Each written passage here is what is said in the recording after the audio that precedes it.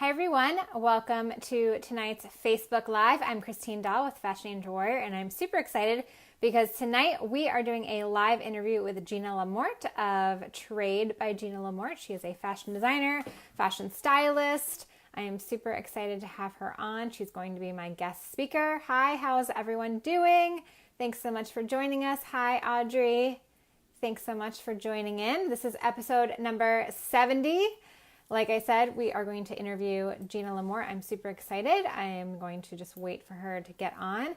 In the meantime, don't forget to give me your hearts, give me your thumbs up. I love it. It's like oxygen to me, guys. So please, please, please give me all of your thumbs up and your hearts. Give me your comments. If you've got questions for Gina, definitely go ahead and start typing those in. Hi, Andrea. How are you? Nice to see you on. Happy Tuesday, everyone. And as always, all of these videos are recorded and saved inside the Fearless Fashionpreneur Facebook group. And so you can go back and watch them at any time by joining our exclusive group. Hey, Daniela Jacques, how are you? So I'm just going to wait for our special guest, Gina, to get on. Again, if you have any questions for her, definitely be sure that you ask them. Hey, hey. Give me your hearts, give me your thumbs up as we're going along. I want to know that this information is valuable and good for you guys. So please, please, please let me know if you are enjoying it.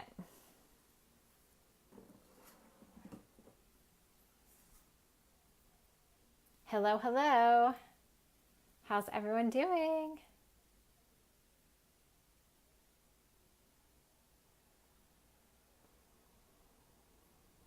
I'm just going to wait for our special guest, Gina LaMorte, to get on.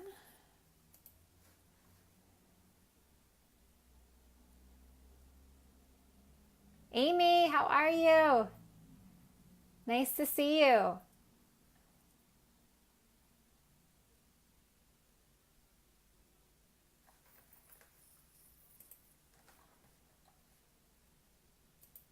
Gonna wait one more minute here for Inga. Hey, how are you?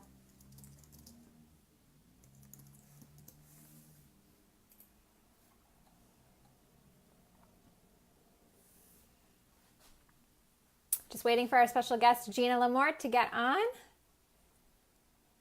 Robin, what's up, girl? Yeah, miss you too, Inga. You have to come visit me in New York City. I came to LA, now it's your turn to come here.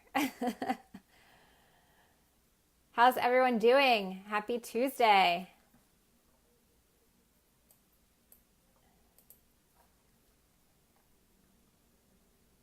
Stacy, hey girl, how are you? How's it going?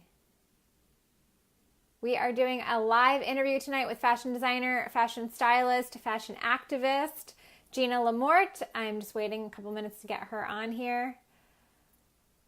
Gina, hey, okay, you're here. Perfect. All right, now I think I can get you on. Make sure your screen is horizontal. Did it work? And there we go. We're Hi. good. Hi, how are you? I'm good. Yep, we're good. We're totally good. Yeah, you look great. Welcome everyone to our Facebook Live. I'm Christine Daal with Fashionista Warrior. We do these lives every Tuesday, 8 p.m. Eastern Standard Time. And we do live interviews like this. We do different various topics. We have live Q&A. So make sure that you're always tuning in. They are also saved and recorded, so you can go back and watch them at any time inside the Fearless Fashionpreneur Facebook group. Don't forget to give me your hearts, give me your thumbs up, any comments that you have or questions that you have for Gina, please start typing them in and we'll be sure to answer them. And now I'd love to introduce our very special guest, Gina LaMorte of Trade by Gina LaMorte. And I'm super excited to have you, Gina. Hi. I'm excited to be here. I love what you do. It's awesome. Super excited. Thank you so much. Thank you. So Gina is a celebrity fashion stylist and designer, speaker, author, and social entrepreneur. Her clients include the Oprah Magazine, People Style Watch, Academy Awards, Neiman Marcus, Nordstrom, the Nelson Mandela Foundation, the Mall at Short Hills, and many others. She's the founder of Boho Magazine, which is an Aveda award-winning sustainable style publication, sold in 37 countries and in Whole Foods, Barnes & Noble, Target, and more. Then her book, Designing Your Dream, teaches entrepreneurs how to live their dreams, which is awesome. And recently, Gina is the founder of Trade by Gina LaMorte. Am I pronouncing your name correctly, Gina? That's the American way. Okay. The Italian and French way is LaMorte. So I'm fine with either one. Okay. I'm good. A socially conscious fashion brand that supports victims of human trafficking, which I love that you're all about human trafficking. Last month, Trade by Gina LaMorte was chosen as a fashion brand for the United Nations Conscious Fashion Initiative. And she was selected as a Women of Impact for the UN, which is crazy incredible. Trade's first collection was featured in New York Fashion Week, Harper's Bazaar, New York Magazine, The Cut. Her newest collection, Bohemian Beach, comes out this summer. And her 2 new books, Fashioned and Unbecoming You, released in September. And she's currently the host of Dreaming with Gina, a podcast on iTunes and Spotify, and mentor for the Dream Academy. So welcome, Gina. Thank you. So good to have you here. I'm tired. That's okay. Just kidding. I know. I'm kidding. I'm kidding. No, I'm kidding. I was kidding after hearing all of my bio. I was like, okay. You've done a lot. You've done a lot. It's great. Thank you. So obviously we now know a little bit about you. Tell us a little bit about how you're able to kind of split your time, because you're doing so many different things, right? You're a fashion stylist, you're a fashion designer. Like, how do you kind of organize your day and split your time and manage all of that? Sure. Well, I've had my own consulting company for about 15 years now. So I've been a celebrity stylist and a fashion consultant for, like you named, a ton of different brands and companies. So I've been used to working as a freelance artist, is the best way to describe it, for 15 years. So I had to learn how to manage my time and be obviously extremely disciplined with the time that I have and what I'm doing with the time. So over the years, I've kind of learned how to, break up my time in different time slots, really, and just be super diligent about it. And so my projects, they vary as a consultant, and then I work on my brand as well. And I am naturally a writer and a speaker, so I don't know. I just make my schedule and fit it in. And, I've learned there's only one of me, so but it's great. I have no complaints. I do what I love, and I'm really grateful. That's awesome. And I feel like as an entrepreneur, you kind of have to have that mentality of being able to switch different hats and do many different things and be many different people at different times. And that's kind of what part of being an entrepreneur is all about. Absolutely. Yeah. So Inga has a question for you. Okay. She wants to know, how do we become a guest of your podcast? I don't know. Do you have guests on your podcast? Thanks for asking. We don't have guests right now. It's something that I'm working on in terms of having guests, and then I'll probably be more in the fall. Okay. Right now it's just really a lot of free advice about how to launch your company, how to work on your dream, how to go for, what you are working on in terms of your dream and your entrepreneurial, endeavors. And so because I have a lot of experience in it, I tend to talk and teach about that.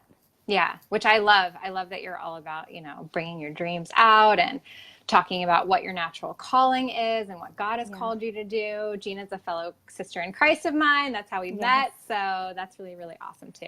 Yeah, and I think it's important. That's why I kind of designing your dream was the combo of, me being a fashion designer and a stylist, and really taking that to your dreams and really teaching people that, they are designed for their own dream. Everybody has their own destiny that has been assigned to them. And so even though we might want to look at somebody else's picture to create a picture for ourselves, we really shouldn't be doing that. We should be looking at what is our picture and really looking within to help grow that. And that has to do with business. I talk about the co-laboring all the time of what your purpose is. And I love that. So even in business, you should be thinking about those things. Definitely. I wouldn't be able to do anything without God. That's for sure. Nothing. That's for nothing. Sure. That's the only reason I'm here. Yes, that's the only reason I'm in the fashion industry. Yes, totally. Love it. Okay, so let's talk a little bit about your line, because I know that's what everyone has the most amount of questions about. Oh, and okay. Shayna wants to know, how did you build your customer base, or how did you get your first customer for Trade? Oh, okay. Well, my first customer, I I think it was built through a social media platform, but because I had worked as a stylist for so many years and I have so many relationships, I think that was the natural progression into creating a line extension of who I am and my bohemian style and what I stand for. So it definitely was birthed from that place. Yeah. But I think social media has absolutely helped. I mean, it's a driver for the majority of our business, and we do some wholesale business, but I love the connection of people seeing something and us being able to hear right away about how it impacted their life. Yeah, selling direct to consumer, especially on social media, is great because you do get that customer feedback and you can build that relationship one-on-one with your customers, which is awesome. Absolutely. I love that. Yeah. And now you showed at New York Fashion Week with your fashion line as well. Tell us about that, how you got that opportunity, like how that whole thing came about. Sure. That was totally a God moment, as I call it. Even if you don't believe, it definitely was, because I started out as a handbag collection, and handbags were a symbol of identity. And that's why I actually started the company as a handbag line, because I was working with human trafficking and I wanted to really reach those people who were taking back their original identity versus the identity that was being placed on them by the person trafficking them. So it sounds really deep, but that was actually my original vision for the company, to be a handbag line. Yeah. And when some of the producers at Fashion Week had seen the handbag collection, they thought that it was beautiful and they loved what we stood for, and they obviously loved that we were sustainable, that we were handmade in New York. And, just all around, our entire business was really all about giving back in some way. So they really loved the mission and they loved the product. And then the collection, the fashion collection, was birthed out of that experience, because once I was invited to Fashion Week to show on, there was like 3,000 people there. It was crazy. Yeah. I was like, I cannot do Fashion Week and not have my own fashion collection. So I actually, just in total step of faith, said, that's it. I'm going to do my own line. Yeah. And in 40 days, I designed an entire collection, had every Oh my gosh. piece. It was a total miracle. Crazy. It was so oh my gosh, awesome. So it was yeah. such an incredible experience. I defined my brand identity. I knew who we were. The story was about butterflies and modern bohemian luxury, and it really told the story of who we are and why we do what we do. And it was just, I don't know, it was just something that birthed like that way. And then from there, we were just like, okay, we're doing clothing. That's awesome. So you got invited first based on your handbags. Yeah, absolutely. Okay. I mean, they love the bags, and I was, that's how my collection was born, was because of that invitation. So. And now, was the invite because you knew people in the industry? Like, how did that come about? Well, I mean, Fashion Week, as you know, is a little political, but really it was just because somebody that had seen the collection and knew the collection just loved it, and, loved what we stood for. That's so awesome. And that's definitely a God moment for sure. Yeah, it was. It wasn't even on my list of things that I ever wanted to do. So right. I just felt really grateful for the opportunity. And like I said, that is how everything else was birthed. So I couldn't have chosen that for myself. It wasn't like I tried to do it in my own strength. It just happened. And I said yes. That's a big thing for anybody listening, to just say yes when an opportunity comes your way, to be open to that. Even if it's scary, even if it seems impossible, just say yes. Definitely. I always say, if your dreams don't scare you, they're not big enough, right? That's right. They're not big enough. Awesome. So Shayna says, yes, thanks for sharing. I also resonate. The calling for fashion by God's plan for me. Yes, Shayna. Awesome. And then Inga wants to know, are you interested in selling other designers' lines through trade? Like, would you ever partner with other designers or wholesale other lines? Are you inside my meetings? Is that what's going on? That's actually what's happening next. Trade is okay. Yeah, so you're prophetic, or you're just curious because you are a small designer, I don't know. But actually, my vision for trade is absolutely to become a marketplace that I can help groom young brands who have similar like-minded initiatives like we do, whether it's giving back, whether it's sustainability, whether, it has to be in that like-minded world that we live in, which is sustainable. Yes. And so, yeah, I want to feature these brands. I want to help launch them. That's part of my dream, is to give somebody a chance, an opportunity. I'm not really interested in companies that have already kind of made it. I want to work with smaller people brands. who they're just starting out, they're trying to go for their dream, and they have something really great, but they don't necessarily have the platform or the connections. And so if it makes sense, yes, that's actually what we're working on a magalog. So it's going to be a hybrid of my old magazine meets shopping. So it's very exciting. Magalog. I love it. Yeah, magalog. Cool. Awesome. That's so exciting. I do have another client that's doing a line, Bohemian children's line. I have to connect you with her too. Okay, cool. Yeah, and she's all about giving back and human trafficking and all that stuff. Wow, that's awesome. Yeah, so I have to connect you.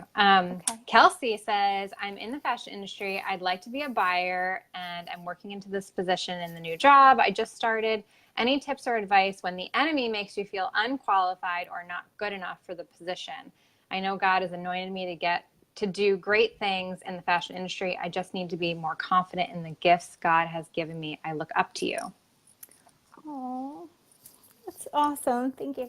Well, I'm going to tell you one thing is that my identity is firmly in Christ. And what I mean by that, if you're not a believer, to speak directly to you, is that I know who He's made me. If I look at my fingerprint, nobody else has this, and nobody else has your fingerprint. And so if He's called you to do something, nobody can do it like you can do it. Nobody can solve the problem like you can solve the problem. You'll get kingdom ideas. You will be a solution-minded person who will bring something new to the table. And so that's really your point of difference. And you can rest in that if He's called you to do this, there's a grace on it. You shouldn't worry about it. Yes, you should work in excellence. Yes, you should do everything to the best of your ability, but don't worry about the striving and making it. He'll absolutely lead you on the proper path as long as you're open to listening to His voice. Don't feel, worried about the confidence thing. Just trust where He's put you, and you'll build your confidence over time when you start seeing His hand in everything that you're doing. That's awesome. That's such great advice. I love it. Thank you. It reminds me of scripture in Philippians. I can do all things through Christ who strengthens me. And then the other one, I forget which verse it is exactly, but it's, our weakness is made stronger in His strength.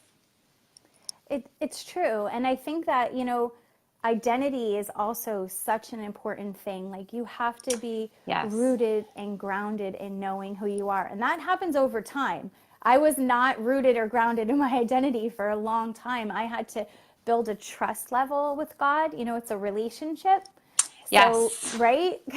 Two-way relationship. Yes. Two ways. Like, it's just like, having a person, you're spending time and you're getting used to things and you're building trust. So each time you see, a success, so to speak, and even a failure, but when you see something, you can be comforted to know that, okay, this is going to work out, and you feel more confident. It's like layers of confident builders, really. It takes time, but don't look to the right or to the left comparing yourself. Focus on you and Him and what He's speaking to you about for where you are in terms of the buying situation. Awesome. So hopefully that helps, Kelsey.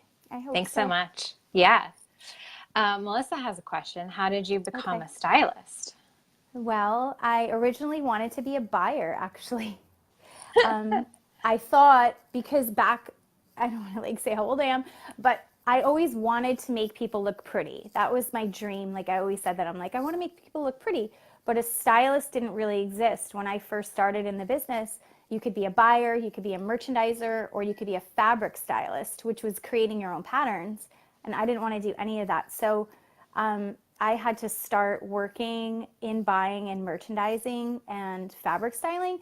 And then I got a job to dress windows, and I started working with Nordstrom. And that was really, well, I worked for a couple other companies, but Nordstrom is really my big break. I became a fashion stylist for them, dressing windows. And then I got promoted to become a real life stylist and work with models, produce shows, produce Wow. fashion editorials. And then I became their regional fashion director for the Northeast region. And that was really like my big break in terms of a stylist. Awesome. And Rakina wants to know, how did you fund your project? I'm guessing she means your fashion line. My project. Oh, okay. Just going to move around a little. That's okay. Okay, well, I did have an investor in the beginning who helped me along with The funds. some of the funds. Yeah, but I can tell you that it wasn't, some huge things. So it absolutely was us doing what we could do on a budget. It wasn't like I just, could do whatever I wanted to. So it was a very organized process. It took quite a while. It took about 2.5 years to even build before we could launch. That's for the handbag line. Yeah. So that's really encouraging to know, because a lot of people do ask me, how long does it take? You're starting a fashion line, maybe they have a job on the side, or they have a full-time job, they're doing this on the side. So that's really encouraging that it took you 2.5 years to really get it off the ground. And I think that's average. Yeah, and I mean, even still now, like we're just still growing the company. Now it's me and my team, and I don't have an investor anymore, and I'm still working. Like it's a process. And also, what I've learned is that you can go in a direction, like you can think the company's going to go this way, but if you're really smart, you'll listen to the consumer and you'll follow what they're asking for, and you'll slowly, build your business that way versus. I hear you say it, Christine, and I love it. Like you don't have tons of inventory. You don't jump into all of this stuff that you don't even know if it's going to be successful or not. When you're first starting, you want to test the market. You want to see, what do people like? What are they gravitating to? What colors are they interested in? What styles really speak to them? What is it? And then you have to follow that. I mean, that's important to me because I want my customer and me to always be in, synergy. Yeah, no, and it's so true. I always say all the time, find out what people want and then just give it to them. Like that's how you become a good designer. Like you figure out, this is what people really like, this is what they want, and then you start to cater your line towards them. And that's really how you're going to get the most amount of sales at the end of the day. Yeah. Definitely. And staying true, I think, to who you are as a brand, I think is important, but not so true to where you're like, your head is in a rock and you're not open to growing or changing or developing is really the word. Yeah. I like that word, developing. Yes. Totally agree. You guys are asking some good questions. Okay. Oh, so I can't see the questions, so I'm so curious. Okay. So here's another one from Shell. She wants to know, how early or late should you approach retailers for each collection? That kind of might depend. That's probably maybe your question. Yeah. So Shell, it kind of would depend on the type of line that you're doing, how many deliveries, how many seasons you're designing. Obviously, if you're doing swimwear, it's going to be totally different deliveries than if you're doing outerwear, right? So I think it kind of depends. Maybe you have any advice on just handbags in general, Gina? I mean, yeah, handbags are interesting. So, the larger retailers like a Nordstrom, they're working way ahead. And then you have smaller boutiques who are still really important to your business. I mean, extremely important. And they work on a shorter timeline. So you could still be showing, like we're still showing spring and summer to people now because they're looking for fill-ins or they're looking, more towards the summer. But then for like a Nordstrom, it kind of like 6 to 8 months out. Yeah. I would say it's typically 6 months. Yeah. So if you're showing your spring line, you're presenting it in the fall season and vice versa. Exactly. It's just typically kind like of a 6 fashion months. week. Cycle. Time frame. Yes. Yeah. Yes, totally. So hopefully that answers your question, Shell. Okay. Let's see what else. Rakina says, amen. Awesome. Yes. Awesome. Yeah, we are going to preach. We're both Christian girls. We're definitely going to preach on this one. Did you ever, okay, Daniela has a question. Do you ever, or did you go to any trade shows with your designs? And what are your thoughts about trade shows? I think trade shows are a must. We have not done them yet because we did do Fashion Week and it kind of steered us in budget wise and just planning wise into this like luxury fashion market, which we haven't really found a show good for us. But now that we're doing trade, we're doing like, we have trade by Gina LaMorte, and then we have trade. So now that we're doing that, we want to go into doing trade shows because it's a more contemporary price point. Gotcha. Okay. And trade is really the lifestyle brand as a whole. Gotcha. Yeah. Okay, cool. Awesome. Okay, I'm just looking to see if there's any more questions. Oh my gosh, you guys are writing such great stuff. Love seeing two strong women do their thing. Yes. Woo-hoo. Thanks, Autumn. Thank you. Yay. Okay, great. Love it. Okay, Shell has another question. What's a good cost for hiring a stylist when you're starting out with a small budget? What's a good cost for hiring a stylist? Do you mean hiring? Yeah, I'm curious this question. Shell, do you mean hiring a stylist for your fashion brand or as a personal fashion stylist? I think that might help clarify. So let's see if she gets back to us.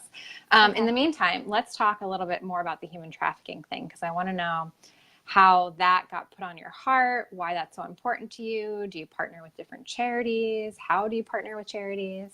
Maybe you can talk a little bit about that.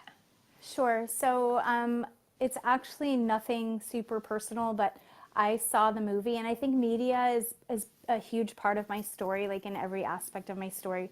Media has always affected me or influenced me. So I saw a movie that was about trafficking that really just struck a very personal chord with me because I could relate to it about being a young girl abroad with a bunch of friends, and it actually made me sick for like 3 days. It was pretty bad and pretty intense.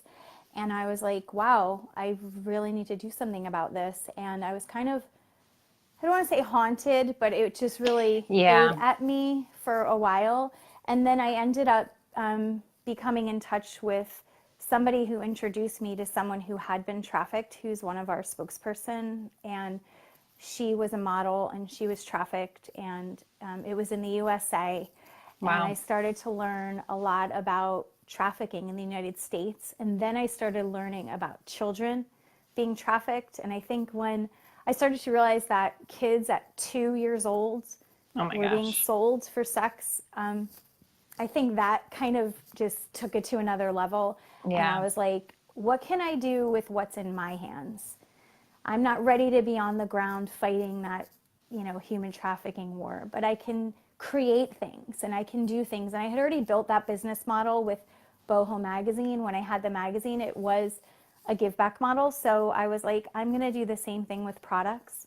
I'm going to we give away 20% net of our sales, and we work with specific charities. And so obviously, the more sales we have, the more we can help. And it's not just, and like people don't realize that. And it's like, well, you should think about where you spend your money. You know what I mean? Exactly. It can do good or it can do nothing. Exactly.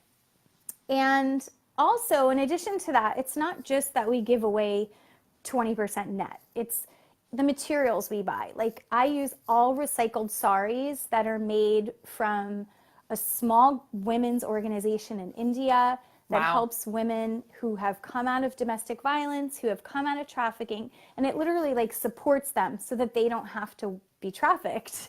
Right. So to me, just finding materials, I mean, I'm really a little bit extreme when it comes to that, but sourcing for me is a huge part of what we do and how I really see the brand growing in terms of creating and helping these, women and these micro businesses to also be sufficient, not just giving away to the charity who's saving the children, but on every level. Yeah. Which I think is so important because you have to make the product first, right? And then obviously hope that it sells. So you might as well, in the making of the process of the line, at least do good by supporting these women and giving them jobs. And I think a lot of people don't realize that trafficking still does happen in the United States. Like people think it's like a third world nation thing. It's not. It's actually second to drugs, and they say that it's even like above drugs. And I don't want this to be depressing or anything, but when you sell a drug, there's one sale. when you sell a person, it's a multi-level sale. Right. And that's disgusting because people are, not products. So we want to eliminate that. And there's, since we've had this new president, believe it or not, like Trump has done so much for trafficking. There's so many things happening, and I don't really like to get into them, but there is good news, and people are getting uncovered, and people are moving towards more sustainable, in terms of the labor trafficking. But my heart was really for the human sex trafficking. Right, exactly. So any of you that are thinking about trying to partner with a charity, I definitely highly recommend it. I'm sure, Gina, you do as well. It's a great way to really put a good cause behind your brand, for sure. Yeah, and something that means something to you, not just, in like a fake way, just to kind of throw it together, but genuinely like somebody that you want to help. And, there's a bunch of different ways you could do that. Exactly. Awesome. I love it. So Shell got back to us. Okay. So what's a good cause for hiring a stylist for a photo shoot when you're starting out on a small budget? Well, the stylist doesn't really care that you're starting out. So you have to, stylists, you can hire a stylist. If you would like to hire a stylist as you're starting out, the best thing to do is to find somebody who's willing to build their portfolio in their book. So that person is usually willing to work for free because they don't have tear sheets. They don't have pictures of anything that they've done. So they're willing to trade that with a designer in order to get pictures to say, hey, here's what I did, Exactly. If you want to hire a stylist who has experience, you can go through a modeling agency. It depends on the stylist. If it's a fit stylist, it's editorial stylist. Do you want showroom kind of styling? As you know, and maybe some of you, it just all depends on the type of styling you're looking for, because there's stylists who do fit styling and that kind of stuff, and that could be like $150 an hour. But if you're doing like a big editorial job, it could be thousands of dollars. I don't want to say what I charge or get paid, but like it's in the thousands. Go up. Yeah, it can go up really fast. So yes, I was going to say the exact same thing. If you're on a budget, try to get somebody that's going to be willing to work for free, to trade the time, and you guys are all kind of helping each other out. And you can do that with models too. Like models need to build a portfolio, photographers need to build a portfolio. I know I've used the site Model Mayhem before, to find people. And so that's a site that I would recommend to look for photographers, models. And they even have an option that says, are you willing to trade, for prints? Oh, that's great. Which is really great. Yeah. And sometimes they'll do it as a trade for pieces. Like the first photographer I ever used, she was willing to take a handbag from me. Granted, it was, $750, but it was a trade. She worked all day long and she was happy to do it, but I gave her a bag. Yeah, totally. Awesome. That's what you do. Okay. Yes, exactly. You got to do what you got to do. Okay, so Doreen has a question. We've got a lot of questions. Who did you approach first for your line? Did you sell first to smaller boutiques? I guess she wants to know, did you start out going after large retailers, smaller boutiques, or direct to consumer? Well, with total transparency, my first investor didn't believe in retail. Wow. So that was a challenge, since I was a fashion director for Nordstrom and worked for Neiman Marcus and Bloomingdale's and all of the biggest retailers. So if you are, if you just think about those kinds of things, if somebody ever approaches you to even be involved in your company, you've got to make sure that you're on the same page there, right? Yes. But so we didn't actually go after retail. We went direct to consumer. However, my first big buy, which was the first retailer who ever saw my collection, was a store called Julian Gold's in Texas. Okay. They are like a Neiman Marcus. Wow. This was like the hugest thing, you guys. I had never shown my line to anybody. I had my first meeting ever with the handbag buyer, who this store, Julian Gold, you could Google them. They only carry Gucci, Givenchy, Marc Jacobs, and then she bought my entire collection. She bought the whole, all the pieces of because That's you have to awesome. merchandise. Yeah. So to me, I was like, okay, I guess this is, a good thing. I was so Yeah. nervous. I was. I mean, I was like, I'm not nervous as a stylist to work. I've worked with the biggest Right. brands in the world, but when it's your own, it feels so different, and you don't know what they're going to say. And I had never been in that kind of meeting before. So it was an amazing experience. And Julian Gold is an incredible retailer with just, top tier. And that really established us again in the luxury market Yeah. because, our bags, like I said, were next to Givenchy, we're next to Gucci. So right away, that kind of stuck us in this luxury market. Category. Yeah. Yeah. Thanks, Totally. category. Yeah, yeah, Love yeah. it. Love it. Okay. And Kayon. Hey, Kayon. How are you? Kayon, like, do I know Kayon? Yes, Kayon Hi. Watson. Yeah, that's her.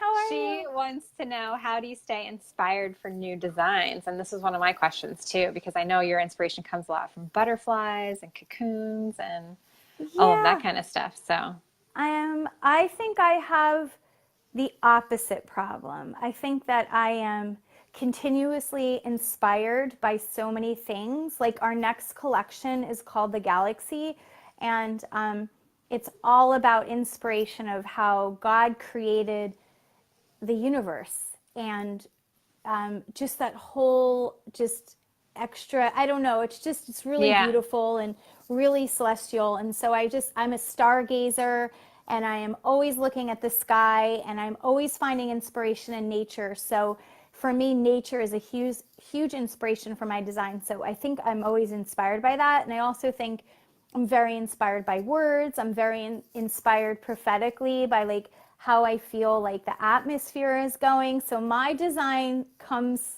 maybe from a little different place than maybe some others. I'm not looking back in old like, magazines or going to vintage stores and saying like, oh, I want to recreate, the Dior look. I'm not doing that. right, right. My inspiration absolutely comes from nature, and it is very much an expression of, like I said, how I'm feeling in the atmosphere, what mood I'm in, and what I feel like God is saying and how he's speaking to me and what I feel like is important to speak. I feel like my collection is about stories, and that I want to speak to people, to their heart, and like really speak to who they are as a person versus it just being another quick trend. I feel like we're storytellers, but we tell our stories through clothes. Yeah, I love that. And I think, I don't know, I feel like creative people, like you are always inspired by so many things, but yet you always have like your kind of style, right? Like yours, like Yeah, bohemian style, right? yeah, And for like, sure. I feel like you always kind of have that one thing that keeps it all together, even if smaller things are also inspiring you, right? Like the galaxy and these other things, right? Like you still kind of always come back to like who you really are as a Yeah. person. Yeah, you definitely do. Like my blush, I mean, I'm wearing like the same color all the time because like I'm always feeling and vibing these earthy, Warm tones. tones, yeah. Yeah, warm tones. And then even if I go into like the brighter tones, they're still like dulled by, just muted out. They're more chill, like Yeah. which is my vibe and which I Yeah. really love. But can I just say one thing, Yeah. Kayon, just to kind of in another direction in terms of inspiration. I noticed as a creative, there are seasons in my life where I'm more in the cocoon. Like I said, I'm very spiritually inspired by design. So if I feel like I'm being tucked away with God and he kind of has me in this quiet place, I don't feel a grace or a flow on creativity and design. But I literally feel that shift. Like I almost feel like all of a sudden, then one day I get this key, and then all this stuff that's like birthing in me is ready to come out. Like the baby or the butterfly or however you want to Right. say it is like Right. ready to Yeah. be birthed. And then all of Yeah. a sudden I'm in this like creative mode, and it just doesn't stop. And then it stops because I've seen so many cycles of this, and then it stops, and then, and then it happens again. So just to kind of give you a little bit of freedom there in terms of how it works for me. Awesome. Thank you so much, Gina. Okay, Daniela has a question. Where Okay. are most of your sales coming from? Retail or online? And what percentage of your budget goes to marketing? Those are great questions. They are great questions. Right now, it's definitely direct to consumer. All of our sales come right through social media or people seeing us online, finding us. Wow, good. Okay. Yeah. And we're just jumping back into that whole retail thing. Like I kind of was telling you before, we are working more on trunk shows and pop-ups and kind of doing stuff out of the box, festivals and stuff like that. And what was the other question? Sorry. That's okay. What percentage of your budget goes to marketing? I don't know, maybe like Roughly. 20. Okay. 20%. Okay. I think that's normal. Yeah. That's about average. Especially when you're still building. You're still in the Yeah, building like we're stage. really in like this building stage for sure. And as you know, you could spend hours and hours and hours and hours marketing. And we took a pause break from that, and now we're gearing back up again. Okay, awesome. Tara wants to know, she is struggling with getting people to our website, using social media as an avenue currently, and newsletters that we send out. You're only an online business, and I think she meant we're only an online business, and we're doing wholesale and retail shows, but are no longer traveling due to the cost. Also have a marketer for the last 6 months, but still nothing coming to the website. Little sales. What else can we do at a loss? Oh, do you do Google AdWords or like? So Tara, that could be an option. Yeah. Well, that's Google a really AdWords. important. I mean, honestly, if you do that, I mean, I don't know if you know this or if anybody else knows this, but when you jump into that, once you advertise, all of a sudden, that's like when you see you're on your phone and then boom, they're the same thing as on Instagram. Now it's on Facebook. Oh, now it's here. Now it's there.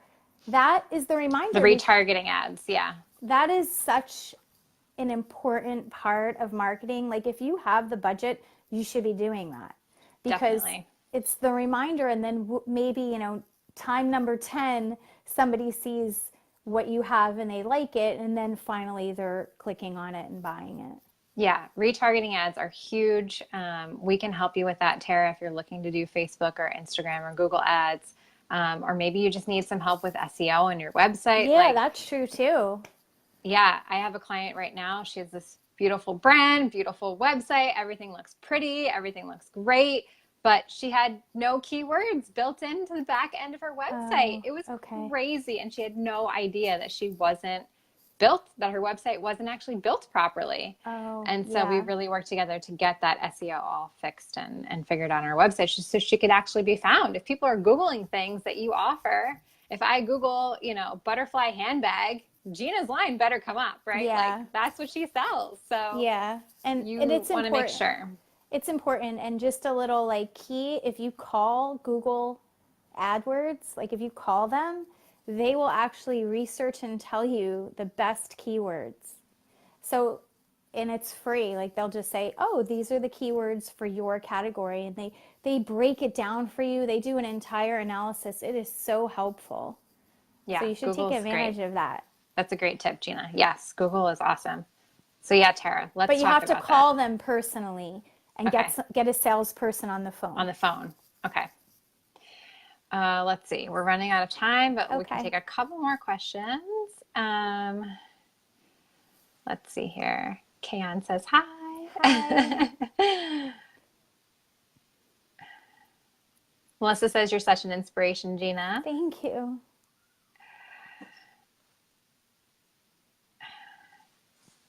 Okay. Okay. I think we've gotten through.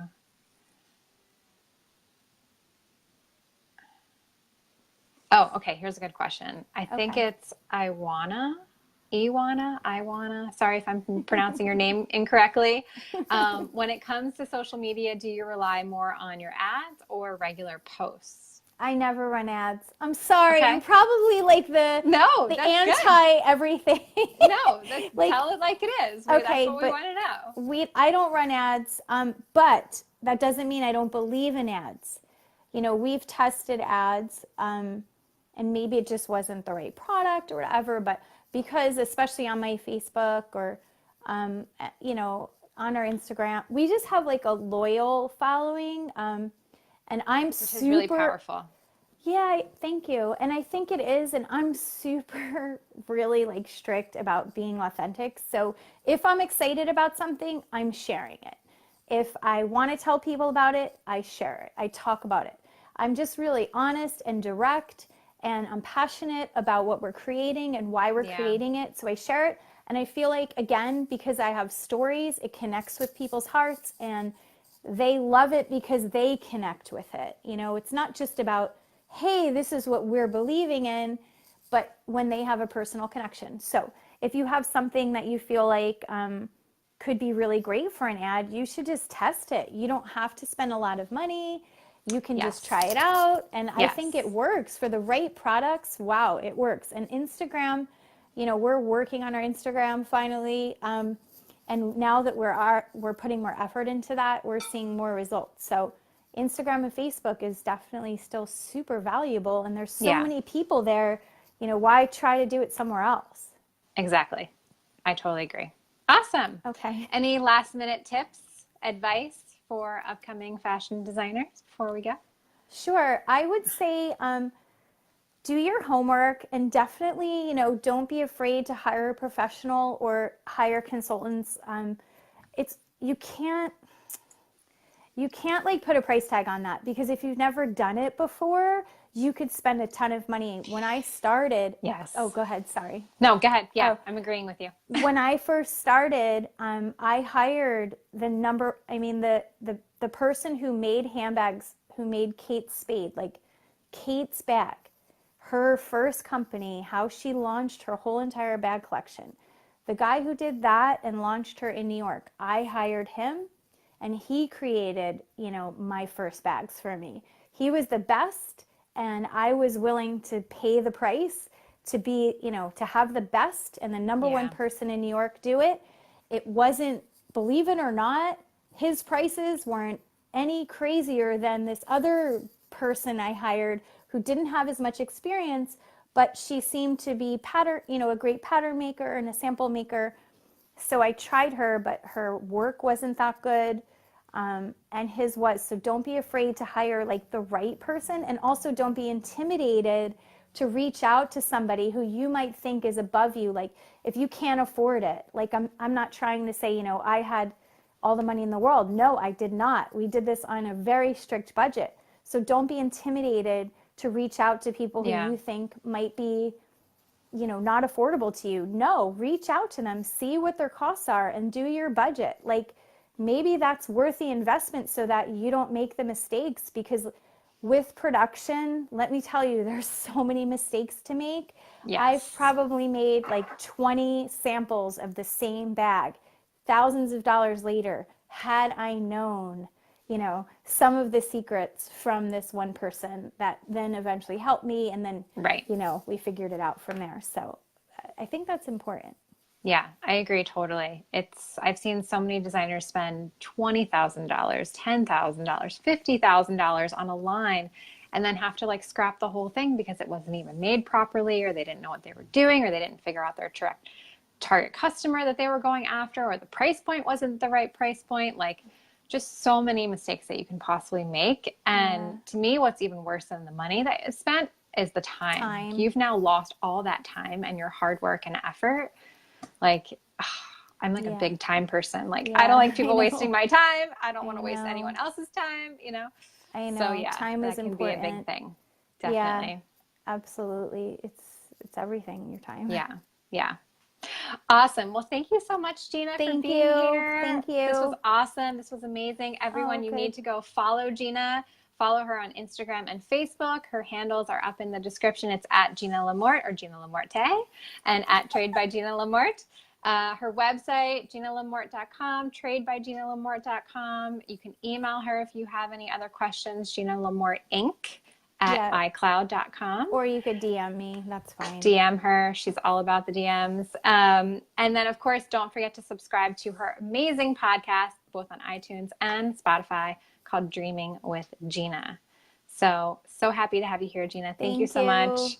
Thank if you. anyone is interested in taking any of our upcoming tours, we have a retail showroom tour coming up in New York City on May 17th. If you're looking to purchase wholesale to resell onto your boutique website, we're going to take you to wholesalers. If you're looking to showrooms to rep your line, we're taking you to showrooms. If you're looking for press, we're going to take you to an amazing private press showroom. If you're looking for retail space to sell your line, we're going to take you a bunch of retailers. So that's going to be amazing. It's already 75% sold out. So make sure you sign up for that. And if you're in the Miami area, we're doing a manufacturing tour in Miami on May 31st. And if you're in LA, we're doing a manufacturing tour in LA on June 20th. And you can go to our website, fashionninjawarrior.com/events to sign up for any of those. So thank you so much, everyone. We will be back next week. Our Facebook Live topic will be how to build an online store that sells. We kind of talked a little bit about that tonight. Definitely the SEO part of it is huge, but we're going to talk about a ton of other tips. So be sure you tune in on Tuesday at 8 p.m. Eastern Standard Time. Thanks, everyone. Thank you, Gina, again. Have a good night. Thanks. Bye. Bye.